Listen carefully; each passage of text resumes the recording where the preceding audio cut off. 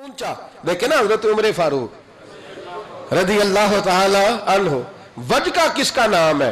اپنے تکبر میں رہنا، اپنی انا کے بت میں بند رہنے کا نام روب اور دبدبا ہے۔ حضرت عمر رات کو گلی سے گزر رہے تو مدینے کے بالکل اینڈ پہ ایک شخص کو دیکھا، اس نے خیمہ لگایا ہے اور اندر کسی عورت کے ہائے ہائے کرنے کی آواز۔ عمر دوڑے گئے، کیا بات ہے؟ کہنے لگا بڑی دور سے امیر المومنین کو ملنے آیا اور رات ہو گئی تھی تو یہاں بیٹھ گیا ہوں، سویرے جاؤں گا۔ معاملہ کیا ہے؟ ہائے ہائے کیا ہے؟ کہنے لگا میری بیوی کے پیٹ میں بچہ ہے، شاید ولادت کا وقت آ گیا ہے۔ جناب عمر رضی اللہ تعالیٰ عنہ کہنے لگے روتے کیوں؟ حضور پردیس ہے، اس کے پاس عورت کوئی نہیں۔ حضرت عمر کے چہرے پہ نقاب ہے، دوڑے گئے اپنے گھر کے دروازے پر کھڑے ہو کے اپنی زوجہ حضرت ام کلثوم کو کہنے لگے ام کلثوم یہ خاتون اول ہے، یہ صرف ادھر نہیں جائے گی ساتھ کہ اب انٹرنیشنل دورہ ہے، ورلڈ ٹور ہے تو ساتھ جائے گی؟ کہا خاتون اول ام کلثوم۔ جی حضور۔ فرمایا کوئی نیکی کمانے کا پروگرام ہے؟ تو کہا جناب میرا ہر وقت ہی پروگرام ہوتا ہے، آپ حکم کریں۔ کہنے لگے ولادت کے وقت عورت کو جن چیزوں کی ضرورت ہوتی ہے ذرا ساتھ لے لو، چنے لے لیے، گڑ لے لیا، گھی لے لیا، پتیلی لے لی، گلاس لے لیا، برتن لے لیے۔ حضرت عمر نے گھوڑے پہ بٹھایا، اب کرنا کیا ہے؟ تو وہ کہنے لگی آپ یہاں نا آگ جلائیں امیر المومنین، تو آپ نا چنے اور گڑ ڈالیں اور ایک چیز جو ولادت کے وقت پکائی جاتی ہے وہ پکائیں، میں اندر جاتی ہوں۔ اندر بطور دایا، دائی کے طور پر عمر کی زوجہ خاتون اول خدمت کرتی ہیں۔ وہ آدمی کہتا ہے میں نے سمجھا یہ کوئی غلام ہے، عمر نے ڈیوٹی لگائی ہوئی ہے کہ آنے والے رات کے مہمانوں کا خیال رکھیں۔ میں اوئے اوئے کر کے بھی آوازیں دیتا رہا، اوئے یہ پانی دینا، یہ فلاں دینا، جو بے تکلف لے جائے، اوئے کا مطلب بے تکلف لے جائے۔ ادھر آنا بھائی، غلام کو جیسے آواز دی جاتی، کہتے حد ہو گئی۔ جب اندر بچے کی ولادت ہوئی نا، بچہ رویا تو جناب ام کلثوم اندر سے بولنے کہنے لگی امیر المومنین مبارک ہو، آپ کے دوست کو اللہ نے بیٹا عطا فرمایا ہے۔ وہ کہتا ہے میرے ہاتھ میں پیالہ پکڑا تھا پانی کا، جب کہا نا امیر المومنین تو دھڑام سے پیالہ زمین پہ گرا۔ میں نے کہا عمر آپ خود ہیں اور یہ میں تو آیا ہوں تو لوگ آپ کے نام سے کانپ رہے تھے۔ جناب عمر فرمانے لگے رب نے جو مجھے روب دیا ہے نا وہ دوسروں کی خدمت کی برکت سے عطا فرمایا، یہ میرے اندر کی سچائی ہے۔ اور میرے بھائی تھوڑا سا نا نکلے ذات سے، تھوڑی اپنی سوچیں بڑی کریں، ذرا دوسرے کے بارے میں بھی تھوڑا سا سوچیں، تھوڑا دیکھیں کہ آپ کس کو کس طرح۔ میں تو کچھ چیزیں پڑھتا ہوں نا تو وہ ختم کر دیتی ہیں، سفر ہی ختم کر دیتی ہیں کہ اتنا ہی کافی ہے۔ ابن سعد نے لکھا ہے کہ احد کے میدان میں نا جب حضرت امیر حمزہ شہید ہو گئے، کان کاٹ دیے گئے، آنکھیں نکال دی گئیں، وجود کے ٹکڑے ٹکڑے ہو گئے، تو یہ نبی کریم علیہ السلام کے صرف چچے نہیں تھے، حضور کے گہرے دوست بھی تھے۔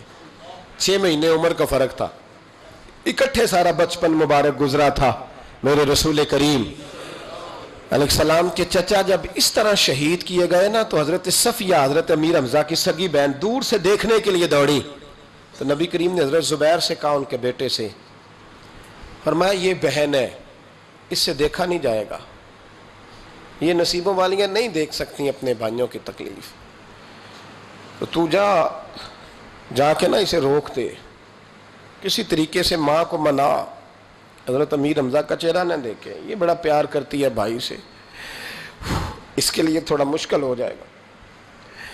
حضرت زبیر کہتے ہیں میں نے جا کے اماں کو روکا، میں نے کہا حضور فرماتے ہیں کہ حالت ٹھیک نہیں، آپ نہ آئیں، آپ سے دیکھا نہیں جائے گا۔ تو جناب صفیہ نے نا یوں کر کے آنسو پہنچے، کہنے لگی زبیر نبی پاک نے دیکھا ہے چہرہ؟ کہا دیکھا ہے۔ تو فرمانے لگی میں ہوں سگی بہن، پر امیر حمزہ سے میں نہیں اتنا پیار کرتی جتنا محمد مصطفیٰ کرتے، انہوں نے دیکھ لیا نا تو بہن بھی دیکھ لے گی۔ جناب صفیہ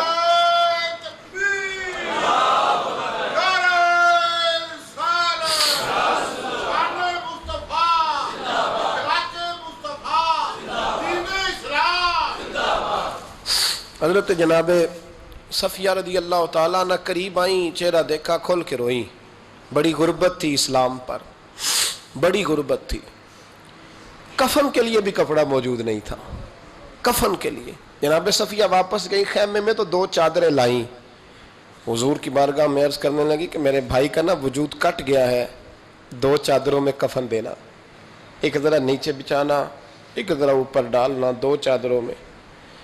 اللہ کے محبوب کفن دینے لگے تو حضرت سہیل ایک صحابی تھے، وہ بھی ساتھ، ان کا بھی وجود کٹا ہوا تھا، تو محبوب نہ واپس آ گئے۔ جناب صفیہ کہنے لگی کیا ہوا؟ کہ میرا حوصلہ نہیں پڑتا کہ چچا کو کفن دے دوں اور دوسرا غریب ویسے ہی پڑا رہے۔ یہاں نفسا نفسی پڑی نہیں، کون اٹھ کے سوچتا اتنا ذات سے اوپر کا چچا کو کفن دے دوں اور وہ پڑا رہے۔ حضرت صفیہ کہنے لگی اجازت ہے، ایک چادر ان کو دے دیں، ایک میرے بھائی کو دے دیں۔ نبی کریم علیہ السلام نے چادریں کھولی تو ایک لمبی تھی ایک چھوٹی تھی۔ کہا صفیہ اب میں کیا کروں؟ یعنی وہاں جب میت پڑی ہے، جنازہ پڑا ہے، شہادت ہو گئی ہے، وہاں بھی قربانی کا یہ جذبہ، اب میں کیا کروں؟ اب کیا ہوا؟ فرمایا اگر میں بڑی چادر چچا کو دوں تو یہ بھی میرا دل نہیں کرتا کہ میں ان کو بڑی دے دوں اور دوسرے غریب کو چھوٹی دے دوں، اب کیا کریں؟ تو حضرت زبیر بن عوام کہنے لگے مجھے آپ دونوں کا پتلا ہے، اگر آپ کہیں تو میں قرآن اندازی کر دوں۔ یعنی اس وقت جب آنسو بہ رہے ہیں، تڑپ ہے، پھر بھی اتنا حوصلہ نہیں کہ اپنے چچا کو، اپنے بھائی کو تو ڈھانپ دیا جائے اور دوسرے کی میت پڑی رہے۔ یہ وہ اخلاق ہے جو محمد عربی نے ہمیں سکھایا ہے، یہ رسول رحمت نے سکھایا ہے، امام الانبیاء نے سکھایا ہے، حبیب کبریا علیہ السلام نے سکھایا ہے۔ قرآن دازی کی گئی تو بڑی چادر حضرت سہیل کے نام نکل آئی، چھوٹی حضرت امیر حمزہ کے نام نکلی۔ میرے رسول کریم نے جب چادر ان کے اوپر رکھی نا، سر ڈھانپتے تو پیر ننگے ہو جاتے، پیر ڈھانپتے تو سر ننگا ہو جاتا۔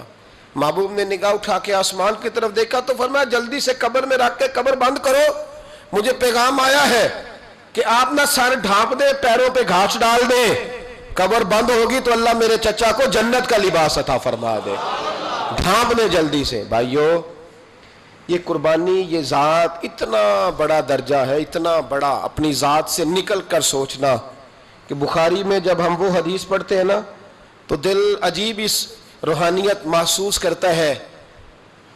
حضرت عمر کو جب زخم لگا نا تو خون بڑا بہہ گیا، سمجھ آ گئی کہ عمر بچیں گے نہیں، تو حضرت عمر نے بیٹے کو بلایا، فرمایا بیٹا آخری وقت ہے میرا، جناب عائشہ صدیقہ کے پاس جاؤ، گنبد خضرا میں نا 3 قبروں کی جگہ ہے، ایک میں حضور آرام فرما، ایک میں جناب ابو بکر صدیق، بیٹا زیادہ زور نہ دینا، اس لیے کہ جناب عائشہ نے وہ جگہ اپنے لیے رکھی ہوئی ہے، ان کا حجرہ ہے، وہ مالکہ ہے، ہلکا سا کہنا، ہلکا سا، پتر رو کے نہ کہنا کہیں وہ مجبور نہ ہو جائے، ہلکا سا کہنا۔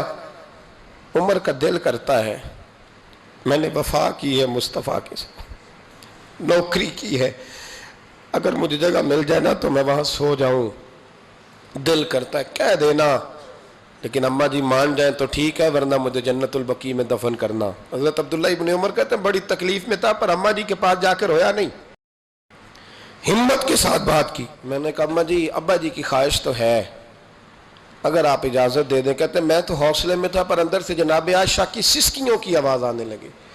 فرمایا جا کے عمر کو میرا پیغام دینا کہ کوئی اپنی قبر کی جگہ کسی کو بھی نہیں دیتا، اور پھر جگہ بھی وہ جس پر میرے نبی کے گنبد کا سایہ ہو، حضور کے حجرے کا سایہ، وہ والی جگہ۔ اور عمر سے کہنا تو نے حد کر دی ہے رسول اللہ کے دین کی نوکری کی، اسے کہنا میں جگہ بھی تجھ پر قربان کرتی ہوں، وہ جگہ تیرا ہی حق بنتا ہے، تجھے ہی وہیں لیٹنا چاہیے۔ بھائی جب چکر رہتا ہے نا اپنی ذات کا تو انسان چھوٹا رہتا ہے، پھر اس کا ذکر ختم ہو جاتا ہے، اور جب انسان تھوڑا سا اپنے آپ سے نکل کر دوسروں کو سکون دینے کی کوشش کرتا ہے، آرام دینے کی کوشش کرتا ہے، تو بھی یہ ٹھنڈی کرتا ہے سامنے والے کی، پھر اللہ اسے بھی سکون دیتا ہے۔ بہت کمزور جملہ ہے، بہت کمزور، کہ ضرورت پڑے تو میں گدھے سے بھی دوستی کر لیتا ہوں۔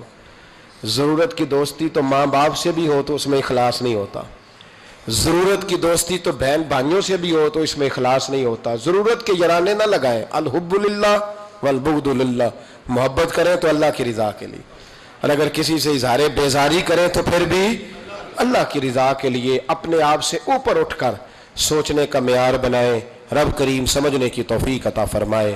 آخر دعوانا ان الحمدللہ رب